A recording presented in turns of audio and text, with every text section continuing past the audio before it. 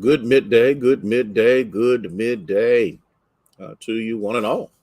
I'm grateful to God for you coming and being with us on today. And so we are thankful for the privilege to be able to share with you today what the Lord has given us to share. And we're grateful for each and every one of you who sacrifices their time in order to be with us so that we can impart to you what the Lord has given us. And I think that's so important for us to recognize the power of sacrifice. Because we live in an age now where nobody sacrifices anything. Good midday, Kathy, Christine, Cora. No one's willing to sacrifice. No one's willing to go without. No one is willing to say, I just want to live for the Lord. Jaleesa, thank you for sharing, Cora. And bless you for being here with us on today. Good midday to you as well. Um, I want us to think about that, and it's going to be a part of what I'm going to deal with on today. Um, it's a great day. Yes, it's cold. It could be worse. Jemison, Timothy, Denise, thank you for being here. There are portions of the country who are going through blizzards. As a matter of fact, I think, hey, Cecile, I think it was in Idaho where there was this tremendous pileup of about 50 some cars and trucks, and six people lost their lives, and over 30 people went to the hospital because of dust. A farmer had just got done dusting his, plowing his, and the strong wind came along and blew all of that dust up on the freeway, and people couldn't see. Christine, Carolyn, bless you. Okay. Um, yeah, Illinois. Yeah, and it's like, and let's talk about that for just a second. When has you ever heard of a dust storm in Illinois? That's just Doe. You holding it down? Um, and I'm sitting back and I'm thinking to myself, y'all ready for this? What's next? What's next? What's going to happen next? James Mansell, thank you for being here. Interest rates are going up. Just heard that that's getting ready to do that. They're trying to fight inflation, even though the jobs numbers are tremendous. Chaplain Hearns, um, I'm just going. What's next, Cora? What's next? What does what does and of course there is climate change. I don't negate that in any way, shape, form, or fashion. I believe God is in climate change. I believe He's speaking through climate change. But and the thing about it is, who's listening? That's the reason why I want y'all to really pray for me for the pastors retreat that's coming up, because I've got some things I need to share. And I'm not being critical or anything like that. Minister Marcia, thank you for being here. But it's like, are we listening? Since we're not paying any attention to the handwriting on the wall, are we even listening? Are we so preoccupied with stuff that we don't even hear what God said? We're not seeing it, but we don't even hear it. And it's an amazing thing. Good midday, Carletta. I am, and who am I? Who am I? I just got an invitation. Um, what's today? Wednesday. Thank you so much, Janice, for letting it be known that the presentation is up to par. Just got an invitation to go to a fundraiser and speak. Some very powerful people in the political arena. And I'm wondering, are we listening? Winnie, thank you for being here. Thank you so much. Are you drinking your water and eating healthy? I'm working on it. I have been so busy, and that is not an excuse that I have not been drinking the amount of water that I should, but I'm working on it so I can get back up to snuff. And so this is going to be an interesting one,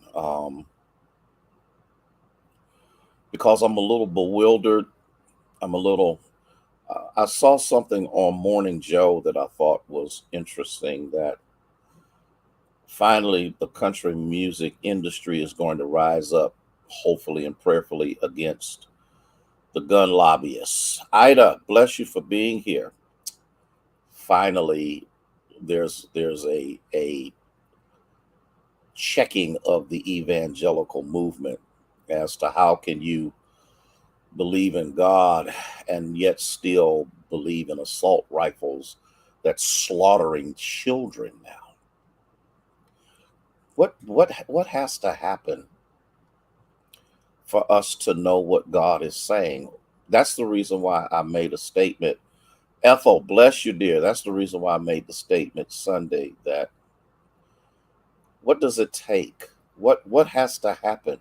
What has to go wrong in order for people to wake up? Are we so anesthetized to our own flesh that we feel nothing of the spirit? And so I'm going to do this. Y'all ready? Y'all ready? Y'all ready? I'm setting the stage. I'm setting the stage. I'm setting the stage.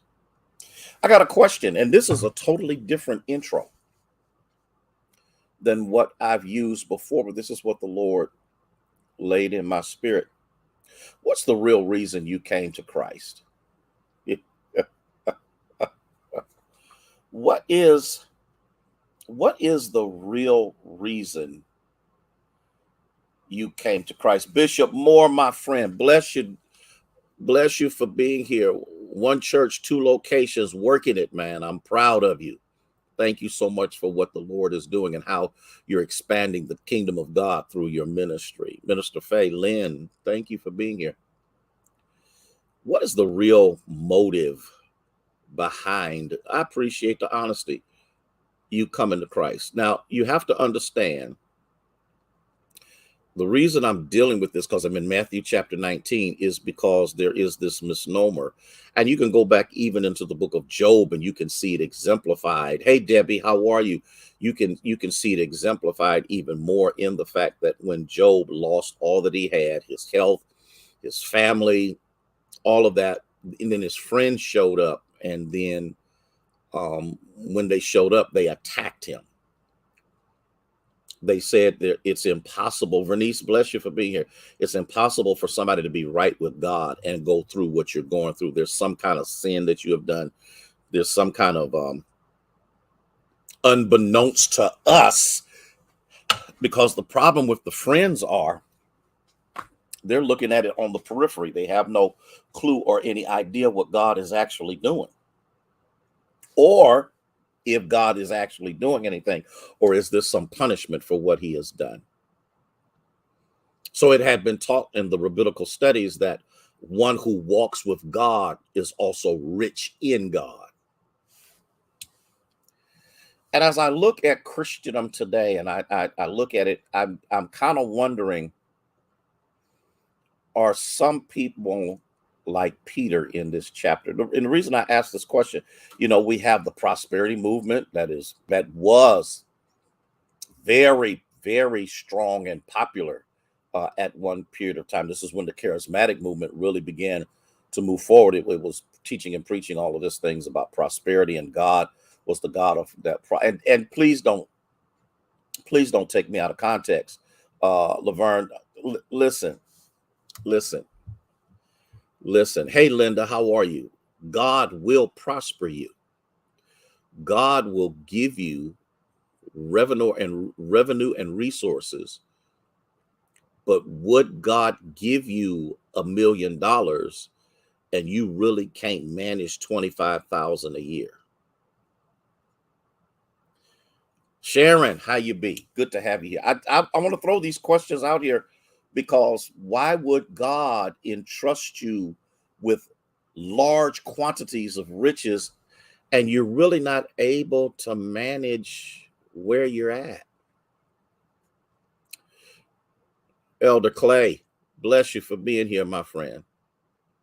I'm saying, listen, the cattle on 1,000 hill belongs to him. The earth is the Lord, the fullness thereof, the world and they that dwell therein. Will God prosper you? Yes, he will. Will God meet needs? Yes, he will. Will God give you money? Yes, he will. But hey, Misty, but here's what this is the question that I'm asking. And the reason I'm asking this question because it's found in the text. This young man, Pee Wee, bless you, dear. Hold it down in Columbus, girl. Walks away because of his money.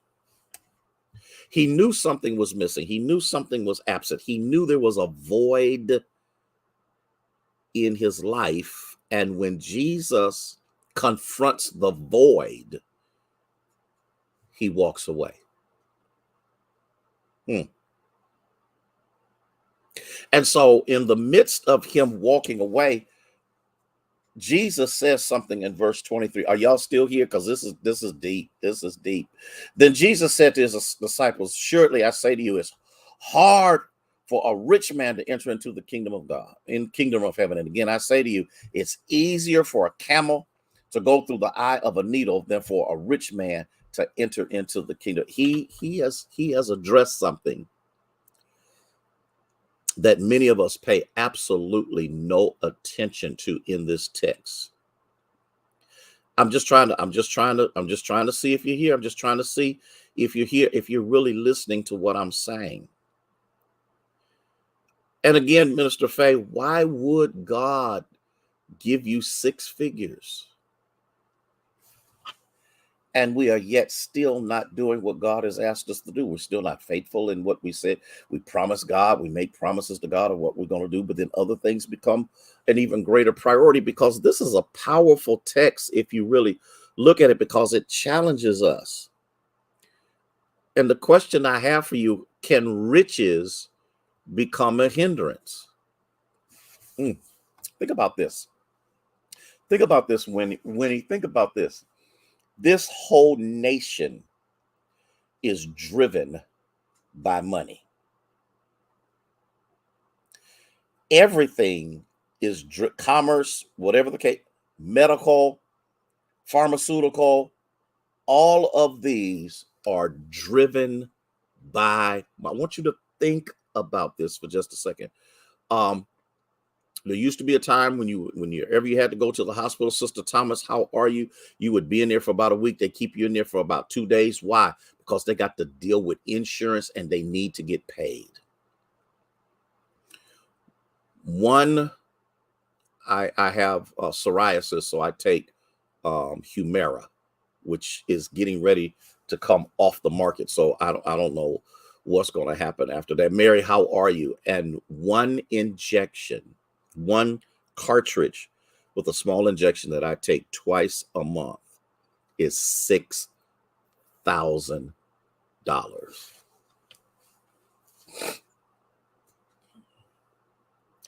You didn't hear what I said. And the reason it's coming off the market is because now that I am no longer on private insurance, but I'm on government insurance, Medicare, Social Security, I'm of that age.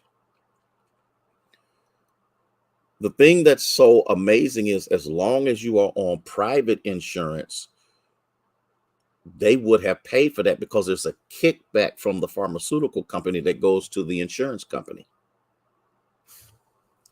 And I want you to think about this. I want y'all to think about this right now in my refrigerator.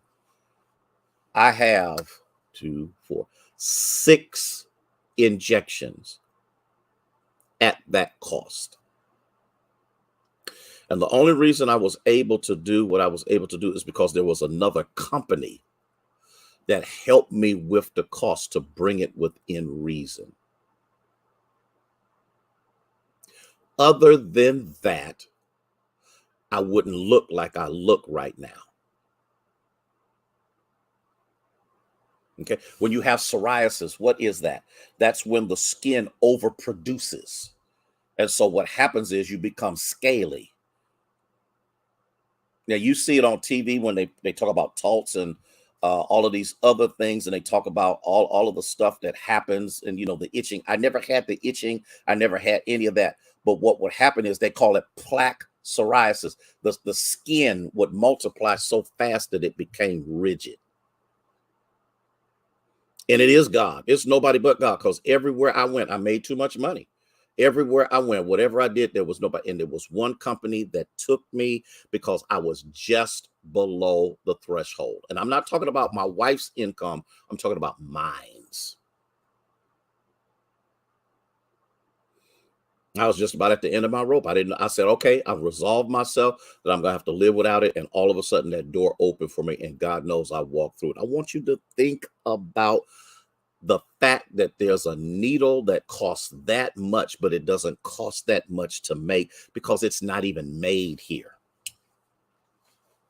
Everything is about greed. Everything is about money. Okay. Pharmaceutical companies are cleaning up. That's why if you're on Medicaid, you on the short end of the stick because they're going to do everything they can because Medicaid does not pay like Medicare. Wait a minute. Carletta, are you here?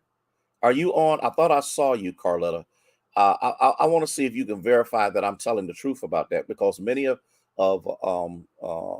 Carletta's patients are on Medicaid. And when you're on Medicaid, you're dealing with state. Okay. All right. I just want to make sure because they don't pay like private insurance. Now, the funny thing about it is all of our legislatures and people in power are on government insurance, but their policies are not like the people's policies. Okay, thank you, Vernice. I want to make sure that I'm telling the truth about this because I need us to understand that there's this thing going on. That's the reason why the president signed into through an executive order that even insulin would come down. Yes, Medicaid does not pay like Medicare. These people who are on insulin could not get their shots because they had to Trina, they had to choose between eating and their diabetes. Why? Because we live in an age now that very few people are concerned about the well-being of people. They are concerned about how well they can line their pockets. And the reason that I asked this stuff, Dr. Gator, how you doing, my friend? Yes, many providers won't take people because the pay is so low. I'm on the board of Compass, which is a mental health organization in Youngstown, Warren, and they grapple with this Medicaid issue because people need help that don't have any money. But the amazing thing about it is that poor people, they want to cut that. If you look at the thing that's going on with the debt ceiling, the person who lied at the State of the Union that they said that they wouldn't cut these things, that's what they want to cut. They want to cut everything for poor people. They want to give all of the things that they possibly can for rich people because there is rich welfare that's being given out through this government. Even to this day, the oil industry is still being supplemented by us. It's our money. But it's okay for the rich to get richer and the poor to get poorer. So here's what I'm saying, because the mindset of the disciples is, let me just go to this verse. And then Peter, this is verse 27. Then Peter answers and said to him, see, we have left all and follow you. Therefore, what we gonna have? Wait a minute.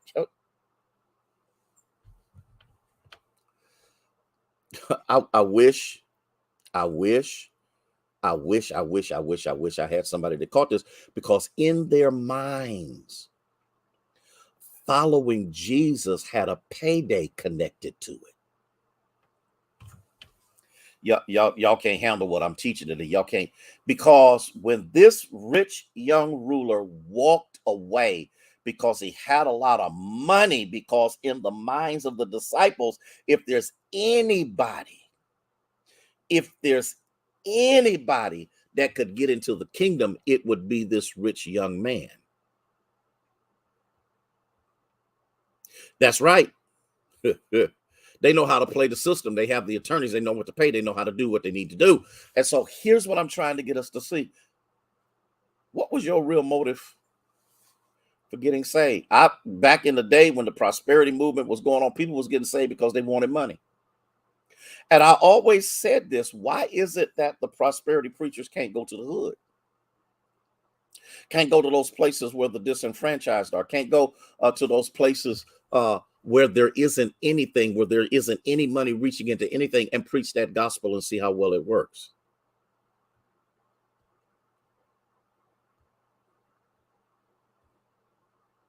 Yes, Cora, I remember that clear. Pastor Good, thank you for being here. Thank you for being. And all I'm trying to get us to see it, and because has commerce become so prevalent that it has now reached in to our walk with the Lord? Come on, Cora. The hood ain't got no money. That's why it's the hood. But what I'm trying to get us to see here is, did you come to him so you could get some bling? Or did you come to him because you were deficient? This young man was not deficient in bling, but he knew there was a deficiency in his soul. And the reason you can find this out, because, then they turn around and said, then the disciples, when they heard it, were greatly astonished and said, well, then who can be saved? Because if there was anybody, hey, Darlene, how are you? If there was anybody they felt, listen, you got to look at the text. You got to look at the text. Where my theologians at? I know y'all out here. You got to look at the text. When you look at the text, you see something here that most folk pay absolutely no attention to. It's the fact that if there was anybody in their mind that was on their way to the kingdom and to heaven, it was this rich man. And Jesus busts his bubble and says, there's still one thing you lack, even in the midst of your arrogance of thinking that you kept the law, in the midst of your arrogance and thinking that you were all of that and had all of this stuff is going on. Everything was well with you. He said, there's still one thing you lack. Sell everything you have, distribute it to the poor, and follow me, and then you'll have eternal. Wait a minute, y'all don't. You'll have treasure in heaven, and then you can follow me. The reason you can follow me then is because your other God has been eliminated. Pat, I'm trying to help us. I'm really trying to help us. I'm really trying to help us. I'm really trying to help us to understand that Jesus is trying to get rid of this disconnect that had been falsely taught in the rabbinical schools of the Jewish culture, that God's wealth was evident in your life by the way you walked with God. And when those moments come when that wealth is retracted, it means you've sinned somewhere along the line. Here's a young man who has more money than any of us can actually imagine. And Jesus says there's something still missing. Sell everything that you have, distribute it. Wait, give it to who? Don't give it to the fat cats, okay? Don't. Hey, Pastor Wellington, bless you, my friend. Don't give it to the people who don't need it. Don't give it to the landowners. Don't give it to the people that's got it going on. Give it to the poor. Listen what he said. Don't lend it. Give it to the poor. And once you have given it to the poor, then, okay, follow me. Then you will have treasure in heaven. Then when I have gotten rid of the misnomer of you thinking that your wealth equates you to heaven. And look at where these people are right now. I done went too long. Look at where these people are, Rhonda. Look at where they are. Look at what's going on. Look at what's happening in Washington, our state, and even in some of our cities. Look at what's going on. And they claim to know Jesus.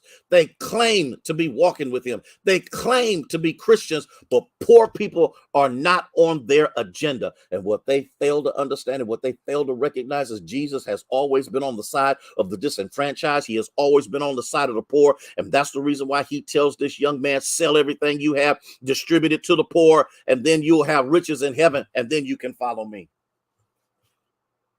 Y'all ain't y'all not catching this.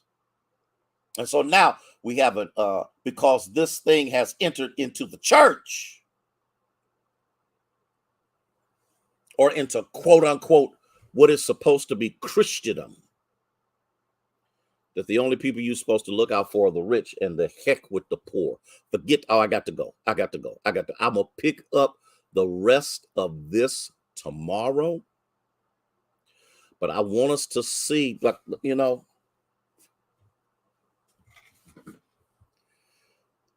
I want to deal with this on tomorrow when I come back, because I need to know.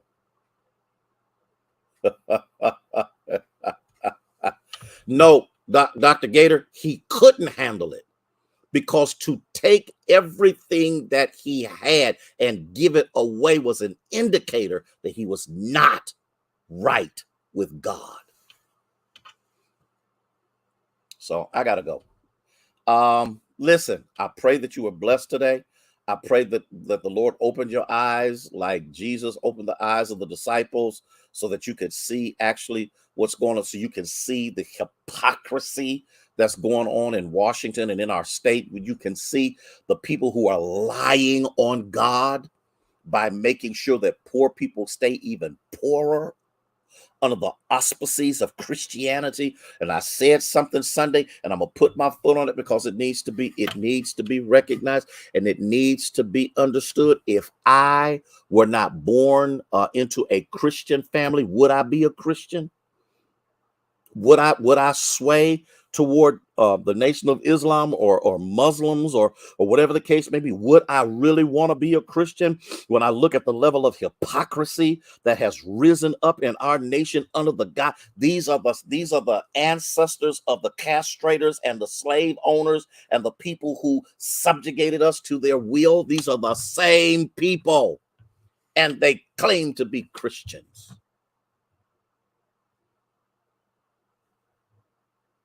Blessed are the poor. Okay, I done made y'all mad. 6:30. Meet me at 6:30. Meet me at 6:30.